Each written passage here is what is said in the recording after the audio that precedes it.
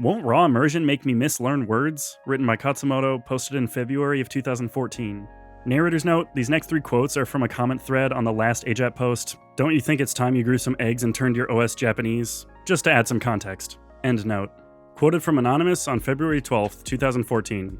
The one thing that I'm self-conscious about, and I speak from analogous experience, is that I'll learn incorrectly. I'm not sure how to explain it too well, but essentially, I'd learn these words as functions rather than words, if that makes any sense. Like, when I was playing Tear Ring Saga in the original Japanese, that was the analogous experience, I learned Kogeki, translating to attack in English, or whatever it was, as, this is the make dudes dead button, completely skipping past learning it as a word. Maybe it's a bit strange that I'm using a word I remember as an example, but that's how memory works.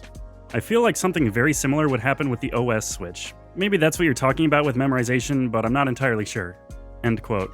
Next quote, in reply to the previous comment, from Jeremy on February 12th, 2014. Learning Kogeki as, this is the make dudes dead button, is perfectly fine. I mean, that's what it does, no? But what happens when you're watching a movie and you hear some soldiers planning a Kishu Kogeki?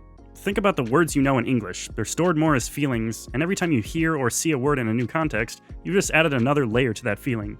Dictionary lookups and SRS are all about helping you better establish that feeling. Dictionary lookups and SRS are all about helping you better establish that feeling. The more you see a word in more and more contexts, the stronger this feeling gets. Once you've gotten down the attack feeling for Kogeki, your brain's not going to have much issue seeing it used similarly to criticize later on. When's the last time you sat down and learned a word as a word anyway? Words only exist because of their function. End quote.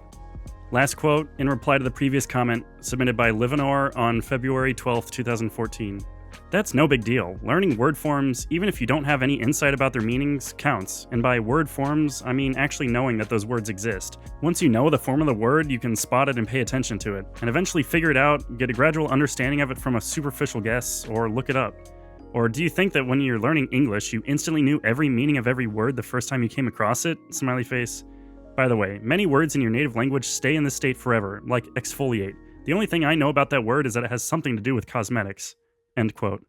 Exactly what Jeremy said, function and layers. A word is more its function than it is its meaning or definition. I'm sure there are more precise terms for all this in fields like semantics and semiotics, but I can't be bothered to go learn them. What Anonymous Coward is talking about is exactly what you want to have happen. You are bypassing definitional meaning, which is inaccurate anyway, and going straight for the function and feeling of a word, like a native speaker would. You are hacking directly into emotion and behavior, into layering and contouring.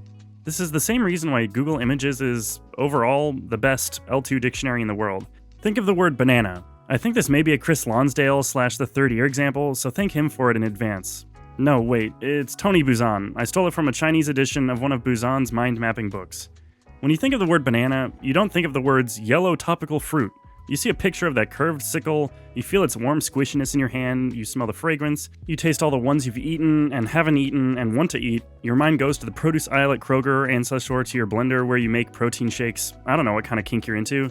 The point is, you're not worried whether or not you learned the word properly. Think of metrosexual. You don't think metro, urban, urbane sexual person. You think of Hugh Grant, Ryan Gosling, you see well-groomed men in your mind's eye and you think of pomade and stuff. The word didn't even exist a few years ago, and you didn't know what it meant, and you can't even fully define it. You'd stumble a bit, but you instantly know when you see one. That's what you're doing with Kogeki, Anonymous Coward. You're Charlie Sheening it, you're winning, and when the time comes to learn how to read and pronounce it, you'll totally be primed because you've been using and seeing it this whole time. You'll just be like a Japanese kid. Oh, that's how you pronounce that. That's that word that I see and click on and use all the time. Think about it, who's at the advantage here? Kid with all this prior exposure versus blank slate gaijin learning it properly from a dry-ass textbook. This is why so many heritage language learners can seem to have an advantage. They really don't, but many do tend to have priming in the form of words seen and heard in the L2, these vague feelings and senses. When the time comes to learn more consciously, if it ever needs to, they're on the fast track. Well, you don't need to be a heritage kid to get the priming advantage. You can give it to yourself now by exposure, by immersion. It's just like how most African music teaching is said to work. There's very little need for theory and explanation because most African students have done years of preparatory work in the form of extensive prior exposure to the sounds, the rhythms, the beat, whatever. They know exactly how it should sound, so they're already on the fast track to actually producing the sound. Or something like that, I don't know. I don't really know anything about music. Funny true story. In English, I misread the word hurriedly, for what seems like at least 3 years, starting at age 7, because I only ever encountered it in literary contexts and never needed to say it out loud. But I knew what it meant, and when someone finally did say it right, I was primed already. In fact, learning words properly, especially across or between languages, is one of the worst things you can do.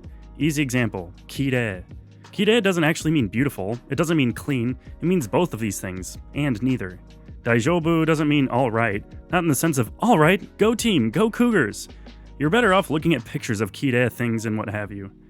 Anyway, long story short, what you're doing is perfect. Keep it up. You're bypassing the terrible installation wizard that explicit learning can be, and installing Japanese by hacking directly into your mind or whatever, and copying the files to exactly where they need to be. This metaphor is breaking down rapidly, and organic knowledge isn't static like a file, it's more of a behavior, more cybernetics than AI, and it's more layered than Jeremy says, but you get the idea.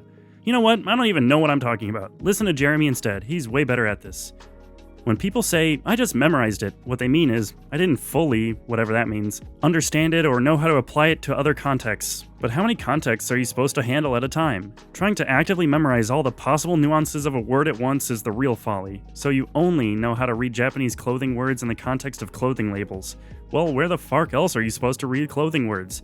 Oh, in a context-free multiple choice test. I forgot how important those were in real life. End sarcasm. Knowing, understanding, and using a word in one context is the first and only possible step in knowing it in more contexts. You have taken the first step, anonymous coward. You're a baby who has taken his first steps, and you're getting angry at yourself because you're afraid that if you keep walking like a baby, it'll ruin your running form. Do you see how counterproductive gun jumping that is?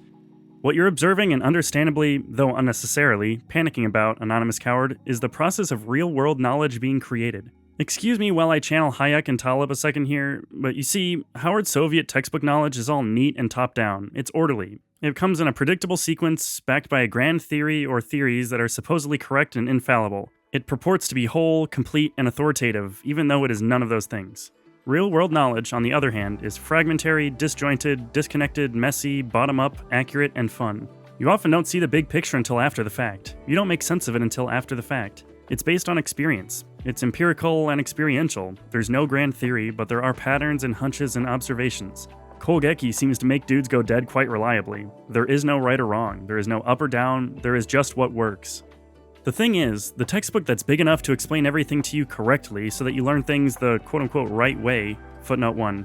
Would learning proper form have made Emil Zatopek or Michael Johnson better runners? I suspect it would have ruined them. The Fosbury flop is the perfect high jump technique. For Dick Fosbury and anyone like him, but what else is out there? End footnote. Doesn't exist, and even if it did, it would crush your back, your mind, and your hard drive. Not to mention that as soon as it rolled off the presses, it would already be wrong and obsolete in parts because that's how long it would take to put together. And for what purpose? To lecture birds on how to fly. To take something that you naturally, more or less effortlessly, imperceptibly, and unconsciously do into something boring, effortful, explicit, and conscious, for no reason. To turn your procedural knowledge into declarative knowledge just so you can turn it back into procedural knowledge again. It's kind of like burning software bits into plastic CDs just so you can turn them back into bits again, a process Larry Ellison happily lampooned back in the day. Contact precedes comprehension. Exposure precedes understanding. If I were you, I would be much more afraid of typos, anachronisms, and hypercorrection in textbooks. Footnote 2. Quote, Zen isn't supposed to be used in affirmative contexts. End quote. Well, welcome to real life. End footnote. Then a partial knowledge gleaned from the simulated real world of immersion.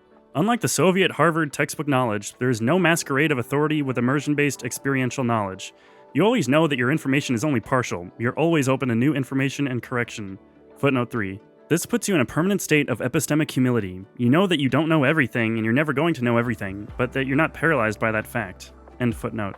To go all Taleb on you again, it's the difference between reading the New York Post and the New York Times. In the case of the former, you know that you're having smoke blown up your butt. In the case of the latter, it looks and sounds respectable, so you think you're getting the truth. The patronizing masquerade of top-down authority is much more dangerous, much more damaging, and much more comforting and reassuring than an honest, dynamic, bottom-up fallibility. Memorization and comprehension aren't opposites. They're two complementary processes that feed into each other. Comprehension helps memorization, and memorization helps comprehension. Where else is the language supposed to be but in your head? And how will it get and stay there if not by memorization? And how will it naturally get in there if not one piece at a time? You only ever eat food one mouthful at a time. Eating nothing at all would kill you. Eating too much too quickly would kill you. Knowledge is the same way. You can't eat it all at once. Not every bite necessarily contains all the ingredients of the meal, even, unfortunately, when that meal is a sandwich. The lettuce dropped out. That's fine. Pick it up. Keep eating. Same holes. We don't have preloaded outboard memory chips just yet. Technology may one day negate everything I've ever said, and I look forward to that day. Making rice by hand is great and all, but I'd much rather use a rice cooker. But until then... P.S. Like Livanor, I still don't know what exfoliate actually means. P.P.S. I'm not saying never use a dictionary or never seek an explanation. Dictionaries are great. Footnote 4. Explanations aren't so great, and a bunch of example sentences and phrases will serve you better than any explanation ever can or will. End footnote. I'm just saying, those are precise, deliberate, high-energy activities that can only occupy a vanishingly small amount of your time. Most of your time needs to be passive, relaxed, laid back, inferential, guessy, and messy.